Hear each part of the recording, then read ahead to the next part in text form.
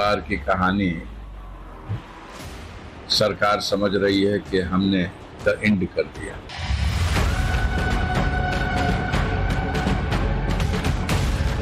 मुख्तार अंसारी की बॉडी दफन की गई है मिट्टी में, तो 5 साल 10 साल 20 साल के बाद भी उनकी बॉडी का उस स्थिति में भी परीक्षण किया जा सकता है। माफिया मुख्तार को अंतिम विदाई देते वक्त जब बेटे उमर ने उसकी मूंछों पर ताव दिया था, तब ये तस्वीर सैकड़ों कैमरों में कैद हो गई थी।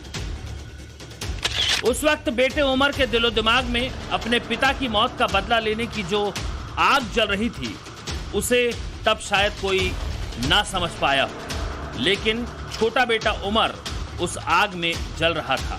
ना सिर्फ उमर बल्कि पूरा अंसारी परिवार इस आग में धधक रहा था, और इसी का नतीजा है कि मुख्तार की मौत के मामले में परिवार अब बड़ा कदम उठाने की फिराक में है। अपने पिता की मौत का बदला अंसारी परिवार कैसे लेगा, किससे लेगा, इस पर हर किसी की नजर है। फिलहाल अंसारी परिवार के चश्मो चिराग यानी छोटे बेटे उमर अंसारी ने प्रयागराज पहुंचकर अपने वकीलों से मिलकर इस बारे में राय मशविरा किया। उन्होंने अपने पारिवारिक वकील उपेंद्र उपाध्याय से इस कानूनी दांवपेच पर लंबी बातचीत की। खबर है कि माफिया मुख्तार अंसारी की मौत को लेकर परिवार जल्द ही इलाहाबाद हाईकोर्ट में अर्जी भी दाखिल करने वाला है, और ये मांग रखने वाला है कि हाईकोर्ट की निगरानी में किसी स्वतंत्र एजेंसी से इस पूरे मामले की जांच कराई जाए। माफिया मुख्तार अंसारी का परिवार पहले से ही इस बात पर जोर दे रहा था कि मुख्तार को जहर देकर मारा गया है।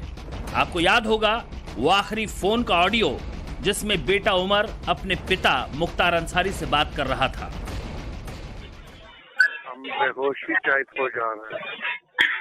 हाँ बाबा, बिल्कुल बहुत कमजोर हो गए आप। हमने देखा, वीडियो में देखा हमने, जब आप डिस्चार्ज हुए हैं तो न्यूज वाले दिखा रहे थे। पापा हम यहीं कोर्ट में ही हैं, हम मुलाकात की परमिशन करा रहे हैं, यहाँ डालीबाग वाली को अदालत में हैं हम यहाँ लखनऊ में, और मऊ से भी दरोगा अंकल भी करा रहे हैं। अगर परमिशन आज हो के नकल मिल जाएगी तो कल हम मिलने आएंगे आपसे, हम और भाभी दोनों लोग। 2 दिन 4 दिन 5 दिन आओ, ताकि हम उठ सकते। हम बैठ नहीं पा रहे हैं बाबू, और हम समझ रहे हैं। हम समझ रहे हैं पापा, बिल्कुल समझ रहे हैं। बिल्कुल वो तो दिख ही रहा है कि बिल्कुल वो जहर का सब असर है पापा, लेकिन अल्लाह बहुत बड़ा है। हम लोग पढ़ के दम कर रहे हैं आप पे, आप बहुत जल्द सही हो जाएंगे। इस गुहार के साथ कि मुख्तार अंसारी की मौत का सच सामने लाया जाए, आखिरी बातचीत का यह ऑडियो भी अंसारी परिवार सबूत के तौर पर पेश करने जा रहा है। मुख्तार के बड़े भाई अफजाल अंसारी की वो बात भी इसी शक को पुख्ता करती है, जिसमें उन्होंने कहा था कि मुख्तार मरा नहीं है। उसके शरीर को इस तरह से लेप लगाकर कब्र में दफनाया गया है कि अगर जरूरत पड़ती है तो 20 साल बाद भी शरीर वैसे ही जस का तस निकलेगा। अभी बिसरा रिजर्व हुआ है, गया है जांच में, केमिकल रिपोर्ट जैसी भी है देखा जाएगा। उसके बाद भी और किसी डेथ का पता लगे या न लगे, लेकिन अगर जहर से डेथ होती है तो मुख्तार अंसारी की बॉडी दफन की गई है मिट्टी में, और इस एहतियात के साथ दफन किया गया है कि अगर जरूरत पड़ेगी जांच में आगे भविष्य में कभी, तो 5 साल 10 साल 20 साल के बाद भी उनकी बॉडी का उस स्थिति में भी परीक्षण किया जा सकता है। एक बाल और एक नाखून भी सलामत मिलेगा, तो उससे भी अगर पॉइजन से डेथ हुई होगी तो वो साबित हो जाएगा, क्योंकि आजकल टेक्नोलॉजी उस लेवल की मिल चुकी है वर्ल्ड में। मुख्तार के परिवार के बदले की ये आग क्यों धधक रही है? इसके पीछे मुख्तार का वो चरित्र और चेहरा था जिसके लिए ये परिवार उसे चाहकर भी भूल नहीं सकता। मुख्तार सिर्फ माफिया नहीं था, उसका सियासी कद भी था और सियासी हनक भी थी। महज 8 से 10% मुस्लिम आबादी वाले गाजीपुर में अंसारी परिवार जीतता था, तो उसका कारण यही हनक थी। इसी हनक के दम पर पूरे अंसारी परिवार की सियासत दम और दंभ भरती थी। पूरे पूर्वांचल में मुख्तार के आगे किसी की आंख उठाने की हिम्मत नहीं होती थी। मुख्तार के वर्चस्व की वजह से पूर्वांचल के दर्जनों जिलों में अंसारी परिवार की पकड़ इतनी जबरदस्त थी कि गाजीपुर, मऊ, जौनपुर, बलिया और बनारस तक उसका प्रभाव दिखता था। तकरीबन 2 दशक पहले साल 2002 के बाद मुख्तार ने मऊ, गाजीपुर, आजमगढ़, चंदौली, वाराणसी और जौनपुर तक अपने सियासी कद का विस्तार किया। कौमी एकता दल का गठन करने के बाद वो इन जिलों में संगठन का हवाला देकर जनसभाएं करता था। यही वजह थी कि उसकी धमक पूर्वांचल के कई जिलों में हो गई। मुख्तार के सियासी कद का अंदाजा इसी बात से लगाया जा सकता था कि वो खुद विधायक बनने के साथ ही कई दलों के लिए भी चुनाव जिताने का जरिया बना हुआ था। पूर्वांचल में आतंक का पर्याय रहे मुख्तार अंसारी की ओर से इस बार कोई बल्क वोटिंग नहीं करा पाएगा और न ही कोई ऐसी तस्वीर देखने को मिलेगी जिसमें ये पता चले कि जो कोई मतदाता अगर वोट डालने पहुंचा है और उसका वोट पहले ही पड़ गया हो और वो चुपचाप वापस लौट आए। माफिया मुख्तार का सियासत में यही जलवा और दबदबा था। उसके आदेश की मुखालफत करने वाले जिंदा ही नहीं रह पाते थे, लिहाजा उसकी जरूरत किसी ने कभी की ही नहीं। देश में लोकतंत्र का महोत्सव शुरू हो चुका है, लेकिन गुंडे और अपराधियों के गणतंत्र की गूंज बिल्कुल मध्यम है। पश्चिम उत्तर प्रदेश से शुरू हुआ पहले चरण का मतदान आखिर में पूर्वांचल की तरफ पहुंचेगा, लेकिन पूर्वांचल में गैंगस्टर और माफियाओं की दबंगई इस बार नजर नहीं आएगी, क्योंकि जिन माफियाओं के दम पर पूर्वांचल में बंदूकें शोर करती थी वो मिट्टी में मिल चुके हैं। पूरे उत्तर प्रदेश में तकरीबन 19% मुस्लिम वोटर हैं, लेकिन उत्तर प्रदेश के पूर्वांचल में लोकसभा की 6 सीटें ऐसी हैं जिस पर मुस्लिम मतदाताओं का बड़ा प्रभाव है और जहां अंसारी परिवार की भनक रही है, जिसमें खोसी जहां 2,40,000 मुस्लिम मतदाता हैं, वाराणसी जहां 3 लाख मुस्लिम मतदाता हैं, जौनपुर जहां 2,20,000 मुस्लिम मतदाता हैं, गाजीपुर जहां 2,70,000 मुस्लिम मतदाता हैं, आजमगढ़ जहां 3 लाख मुस्लिम मतदाता हैं। जाहिर है मुख्तार की मौत के बाद अंसारी परिवार के मुस्लिम वोट बैंक पर हर किसी की नजर है। मायावती से लेकर अखिलेश और अखिलेश से लेकर ओवैसी तक इस वोट बैंक पर नजरें गाड़े हुए हैं।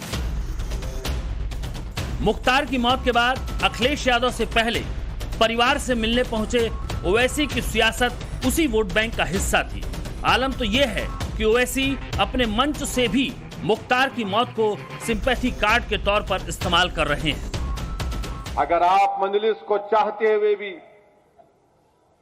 बगैर किसी जेन्युइन रीजन के अपने वोट का इस्तेमाल 13 तारीख को नहीं करेंगे तो फिर आपके दिलों में मुख्तार अंसारी की मौत का गम नहीं है। अगर आप मंजलिस को चाहते हुए भी 13 तारीख के दिन अपने वोट का इस्तेमाल नहीं करेंगे तो फिर याद रखिए जो ताकतें आपकी और हमारी शनाख्त को मिटाना चाहती हैं, इसके जिम्मेदार आप भी रहेंगे। वो जीतते आए हैं, मुख्तार अंसारी जी तो भी जीतते आए ना, तो बताइए क्या फर्क रहेगा दोनों में।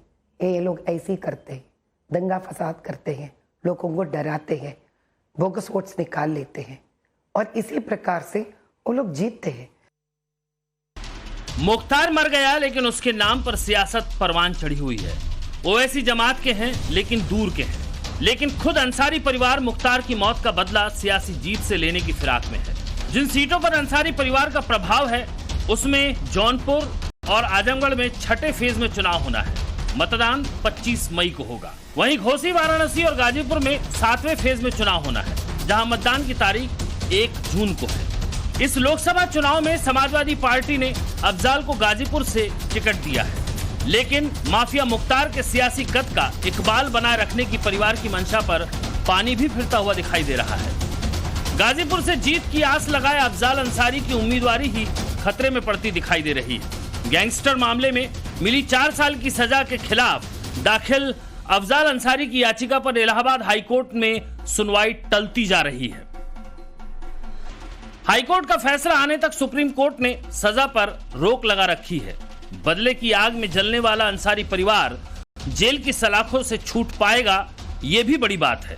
पूरे परिवार पर सलाखों का साया है। मुख्तार अंसारी का बड़ा बेटा अब्बास अंसारी फर्जी आर्म्ड लाइसेंस के केस में यूपी की कासगंज जेल में बंद है। इसके साथ साथ यूपी में 2022 के विधानसभा चुनाव में आदर्श आचार संहिता के उल्लंघन का भी इस पर आरोप है। इसके अलावा 11 मुकदमे और चल रहे हैं, यानी जेल से रिहाई के रास्ते फिलहाल बंद हैं। मुख्तार की रिवॉल्वर वाइफ के नाम से मशहूर अफसा सलाखों के डर से भागी भागी फिर रही हैं।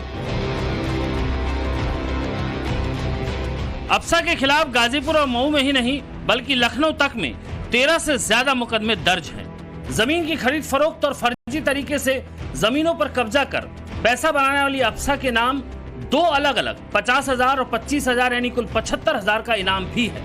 माफिया मुख्तार की बड़ी बहू और जेल में कैद माफिया मुख्तार के बड़े बेटे अब्बास अंसारी की बीवी निखत पर एक मामला दर्ज है। माफिया मुख्तार की सियासत और विरासत को बाहर से यही हैंडल करती थी। इसमें उसके साथ होता है छोटा बेटा उमर, जिसके पास मुख्तार के काले कारोबार का कच्चा चिट्ठा है। पुलिस के निशाने पर चल रहे उमर अंसारी पर अलग अलग मामलों में 6 केस दर्ज है।